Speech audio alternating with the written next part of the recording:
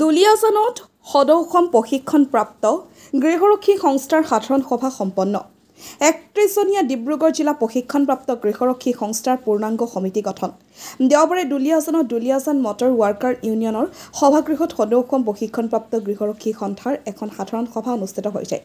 দিনৰ ভাগত অনুষ্ঠিত হোৱা উক্ত সাধাৰণ সভাত ডিব্ৰুগড় জিলাৰ প্ৰায় সংখ্যক প্ৰশিক্ষণপ্ৰাপ্ত গৃহৰক্ষী জোৱান উপস্থিত থকাৰ উপৰি সদৌ অসম গৃহৰক্ষী সন্থাৰ সভাপতি সম্পাদককে ধৰি কেইবাগৰাকী কেন্দ্ৰীয় সমিতিৰ বিষয়ববীয়া উপস্থিত থাকে।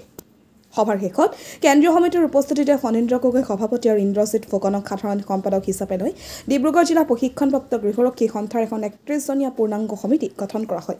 দুলিয়াজানৰ পৰা কিশোৰ কুমাৰৰ report, north east frontier news. নমস্কাৰ, মই সদৌ অসম ডিব্ৰুগড় জিলা সমিতিৰ সাধাৰণ সম্পাদক হিচাপে ইন্দ্ৰজিৎ ফুকন। মই আজি নৱনিৰ্বাচিত এই সমিতিৰ সকলো বন্ধুবৰ্গলৈ মোৰ সহযোগিতা আৰু তেওঁলোকৰ শুভেচ্ছা মই জ্ঞাপন কৰিছোঁ। সকলোৰ লগত মই যাতে তেওঁলোকৰ লগতে আগুৱাই যাব পাৰোঁ, তাৰ বাবে মই দৃঢ় প্ৰকল্প আৰু মই কথা দিছোঁ যে তেওঁলোকক মই সকলোকে সমানে আগুৱাই লৈ যাম। অসম প্ৰশিক্ষণপ্ৰাপ্ত গৃহৰক্ষী সন্থাৰ আজি কেন্দ্ৰীয় সমিতিৰ সভাপতি শ্ৰী কামাখ্যা দাস আৰু মোৰ লগত সতীৰ্থ সদৌ অসম প্ৰশিক্ষণপ্ৰাপ্ত গৃহৰক্ষী সন্থাৰ সাধাৰণ সম্পাদক কৃষ্ণাগত দলয় দেৱ আজি ডিব্ৰুগড় জিলা সমিতিখনৰ নৱনিৰ্বাচিত সমিতিখনৰ ওচৰত আহি পাই যথেষ্ট আনন্দিত আৰু সুখী হৈছোঁ। আৰু লগতে আজিৰ সভাত কেইবাটাও প্ৰস্তাৱ গ্ৰহণ কৰা হৈছে। ১ নম্বৰ প্ৰস্তাৱ হৈছে, যিহেতু আমাৰ ডিব্ৰুগড় জিলাৰ প্ৰাক্তন সভাপতিজন আমাৰ অকাল মৃত্যুত সাৱটি লৈছিল, গতিকে ইয়াত সমিতিখন প্ৰায় নিষ্ক্ৰিয় নিচিনা হৈছিল। গতিকে সেই হেতুকে আমি আজি কেন্দ্ৰীয় সমিতিৰ নেতৃত্বত ইয়াত ডিব্ৰুগড় জিলাত নৱনিৰ্বাচিত এজন পূৰ্ণাংগ ৩১জনীয়া এটা সমিতি আমি গঠন কৰিলোঁ। আৰু ইয়াত ৰাইজৰ তৰফৰ পৰা, গৃহৰক্ষী ভাই বন্ধুসকলৰ তৰফৰ পৰা এজন সভাপতি, কাৰ্যকৰী সভাপতি, উপসভাপতি, প্ৰমুখ্যে সাধাৰণ সম্পাদক, প্ৰমুখ্যে সাংগঠনিক বিত্তীয় সম্পাদক, প্ৰমুখ্যে ৩১জনীয়া এখন পূৰ্ণাংগ সমিতি গঠন কৰা হ'ল।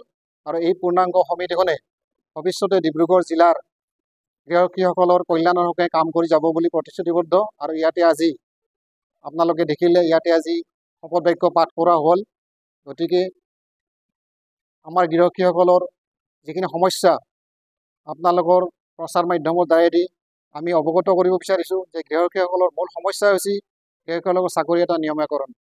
যিহেতু গৃহৰক্ষীসকলৰ চাকৰিটো নিয়মীয়াকৰণ নহয়, তেতিয়াহ'লে সমস্যাটো সমস্যাই হৈ থাকিব।